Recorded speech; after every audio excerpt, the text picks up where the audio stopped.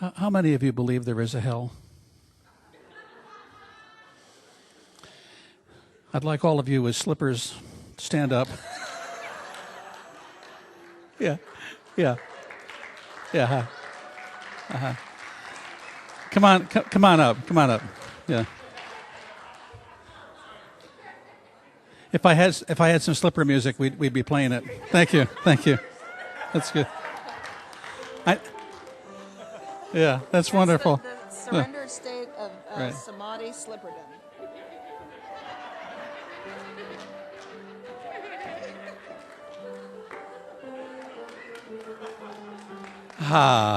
Feels so much better.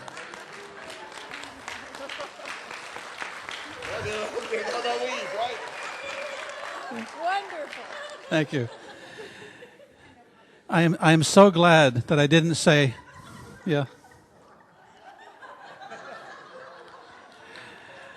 I'm so glad that I didn't say I went to Walmart and saw a lot of naked people. Because I don't want to see that. And that's not even a subliminal suggestion. They're really comfortable. Honey, can we go to Walmart? I don't know that I can do the talk. I'll have to do the talk from here up. Be still, my feet. Be still. Well, it's been a long week in Lake Wobegon.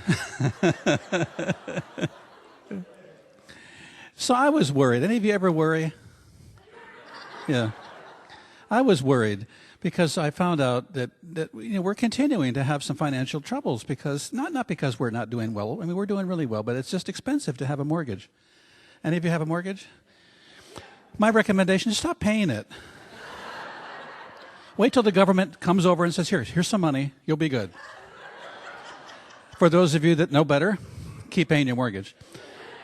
So trading in worry for a better idea is not always easy to do. You see, because the trouble with worry is once you get on a worried kind of, you ought to sing the song, it takes a worried man to sing a worried song, you know. When you get into the worry melody, you want to do the refrain, you want to do the chorus, because it's a whole song. And so I went to, and I don't know the name of this center, but it's a center for people who have all kinds of disabilities. And they create wonderful artwork and things like that. And I went because the lunch was there, it was free. And so I had this free lunch, and I'm looking at all of these people who were challenged, having really good days. And I talked to a social worker, really nice person who plays the guitar and sings. I understand he has a great voice. We've got to get him here to sing one day. And he says, I'm unemployed. Something else I can worry about. Not only do we not have enough money, we got people that aren't working. Let's worry. And then I got this wonderful idea. I thought, why don't we have a day program for the elderly right here? We could teach yoga. We could teach Tai Chi. We could show movies. We could play bingo, something I've always wanted to do. And wear furry slippers, you know. And so I came back and I told Judith, I said, that actually could generate enough income to probably really help us, because I guess a while back the cottage had Head Start in it, and Head Start paid like $15,000 a year. Believe it or not, we did not need that money. So we need another idea. I had a hard time with another idea. I was on the old idea of worry. And worry can be an idea too. What do you do? I'm worried right now, okay? Well, what are you going to, I don't know. I need to worry for a while. And we do worried with a worried look, with a seriousness, and with a commitment, unlike almost everything else we do. It's like, I am really worried now.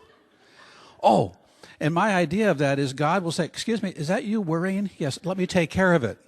I'll be right there. And actually, that is exactly what happens. I'll be right there. Let me implant an idea, because our minds are one. And since we only have one mind, let that one mind that is the God mind open up an idea. Golden oldies. That's two letters out of the D. One more D, we have God. We're going to create something. So I came home and I told Judith, and she said, wow. And you know what she did? She then added to it. Anybody ever have an idea?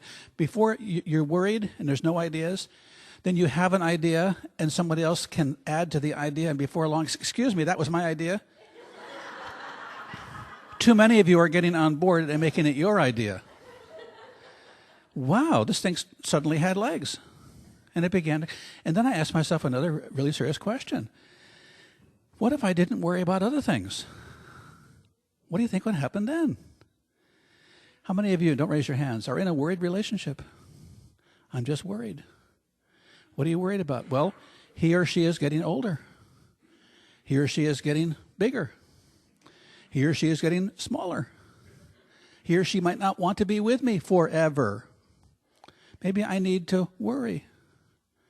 The trouble with worry is it's the exact opposite of appreciating the God in you. If you appreciated the glory of you, oh, you'd say, excuse me, do you know who I am? Do you have a clue who I am? You talking to me? I've always wanted to use that line on a Sunday. You see, when you get who you are, that's very different than when you get, well, I'm a worry in a physical body. I'm sort of a worry in motion. How many of you know somebody who's a worry in motion? Oh, here comes so-and-so. They worry all the time.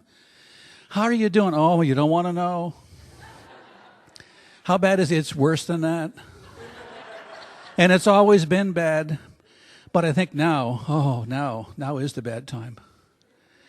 People, I mean, it's like a story that they've been working on making true that comes true. So what if you said, I'm an amazing person. Did you know that?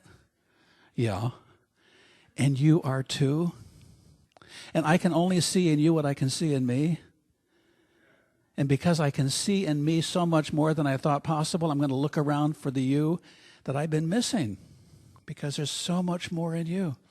Ever heard the term, and I really don't like this, I have no use for him. Interesting term. I have no use for him. Well, what about looking at the person not from the standpoint of how you might use them, but for how you might know them, and in knowing someone else to truly know yourself?